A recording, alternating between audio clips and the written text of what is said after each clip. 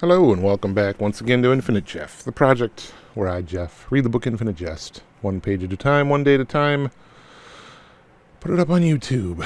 This is a book by David Foster Wallace. It's very long, there's a lot going on, there's a lot of characters, it jumps around a lot, it gets very detailed in certain parts, it gets very technical in other parts. Yeah, it's interesting.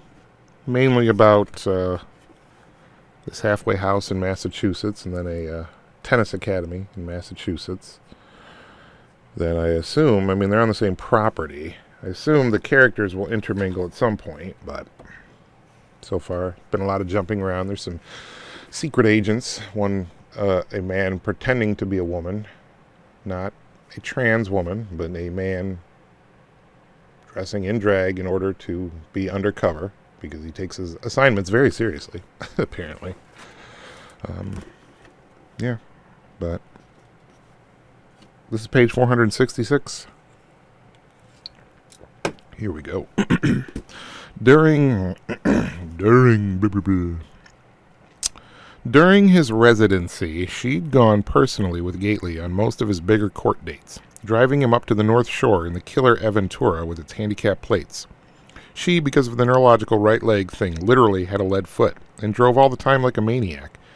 And Gately, she didn't literally have a lead foot, Dave. And Gately had usually almost wet himself on Route 1. And she'd thrown all Ennett's house's substantial respect and clout behind him with judges and boards, until every issue that could be resolved without finding was blue-filed. Gately still couldn't figure out why all the personal extra attention and help. It was like he'd been Pat M's biggest favorite among the residents last year. She did have favorites and non-favorites. It was probably unavoidable. Annie Parrott and the counselors and the house managers had always had their particular favorites too, so it all tended to work out square.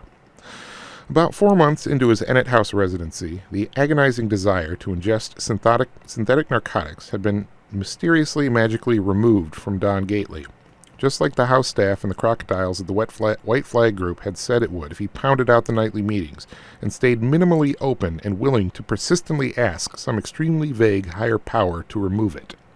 The desire.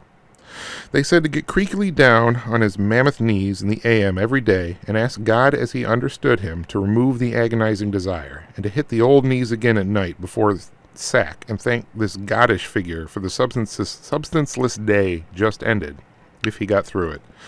They suggested he keep his shoes and keys under the bed to help him remember even before to get on his knees. The only time Gately had ever been on his knees before were to throw up, or mate, or shunt a low on the wall alarm, or if somebody got lucky during a beef and landed one near Gately's groin. He didn't have any God or JC background, and the knee stuff seemed like the limpest kind of dickless pap, and he felt like a true hypocrite just going through the knee motions that he went through faithfully every AM and PM, without fail, motivated by a desire to get loaded so horribly that he often, often found himself humbly praying for his head to just finally explode already and get it over with. Pat had said it didn't matter at this point what he thought or believed or even said. All that mattered was what he did. If he did the right things and kept doing them for long enough, what Gately thought and believed would magically change. Even what he said. She'd seen it happen again and again, and to some awfully unlikely candidates for change. She said it had happened to her.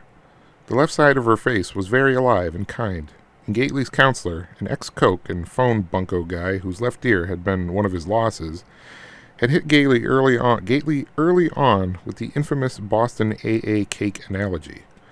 The grizzled Filipino had met with the resident Don G once a week, driving Gately around Brighton Alston in aimless circles in a customized Subaru 4x4, just like the ones Gately used to hotwire and promote to use for burgling? Eugenio Martinez had this eccentric thing where he maintained he could only be in touch with his own. Alrighty, cats and kittens, that was page number 466 of this novel. We're getting through it. You got...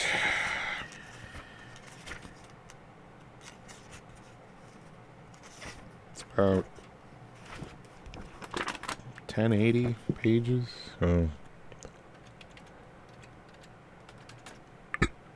About 43% of the way through it. So, cool. Have a good night.